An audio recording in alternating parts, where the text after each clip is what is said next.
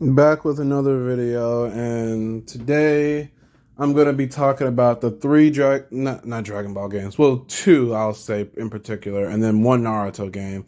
The three games I did not really like the most. So I'm going to start with Battle of Z. Now, Battle of Z was one of the games that was getting a lot of hype. This was around the time when I was playing Raging Blast 2 with a couple of old friends that I knew years ago. And back then I was really, hyped for.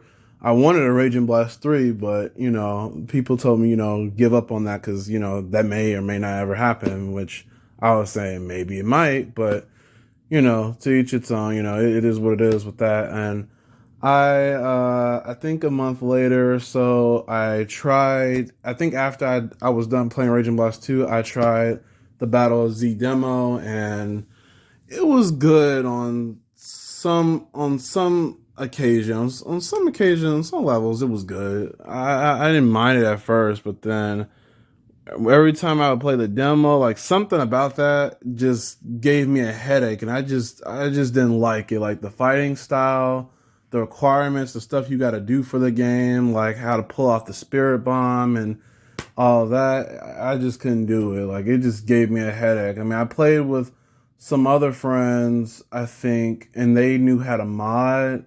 I think because they modded like a certain character. I don't know if it was Bardock. No, I think it was Super Saiyan God Goku they used, but it was pretty cool. But overall, I just did not like the game. Like originally, I was thinking of getting the full game, but then it just turned me off completely. Like I just did not like it. It was just not an ideal Dragon Ball game that I was fond of. Like I just wasn't fond of that. Like I like Raging Blast 2 and 1. Like those are the games I was playing, and I just completely skipped out on Battle Z. But moving on from that, we're going to be talking about Dragon Ball Z Kakarot now. Now, Kakarot, everyone, including myself, people who I've talked to, was somewhat hyped for it, but when we found out they didn't have no online for it, like it was just a big letdown. And most of the stuff in the game is pretty cool because I've seen gameplay footages of it, like the adventuring, stuff like that. Like like how your average like Naruto Storm games are. Like it's pretty cool. I'll give it that. Kudos to that. I'll give it that. But the other stuff like the fighting and all that, I'm just not fond of it. I'm just not fond of it. The story and overall is great. I mean, that's another thing. They keep retelling the same story. Like it's kind of repetitive at that point. Like I was turned off by that too. Like I kind of figured it was not gonna be good. But if you guys like it or whatever, I'm not gonna tell anyone not to get it. If you like it, hey, that's cool. If that's your thing, that's cool.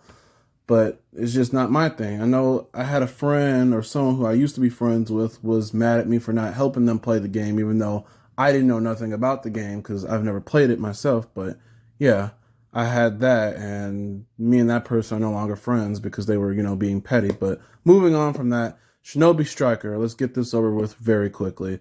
Shinobi Striker. I was kind of hyped when I saw advertisement of that too.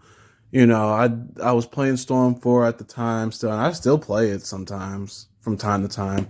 But Shinobi Striker, I saw some concepts of it, like the avatar, creating your avatar and all that.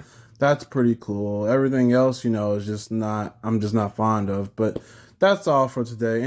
Oh, and another thing, I'm not sure if I'm gonna get the new Dragon Ball Breakers game because that could be good or bad too. But yeah, anyways, peace.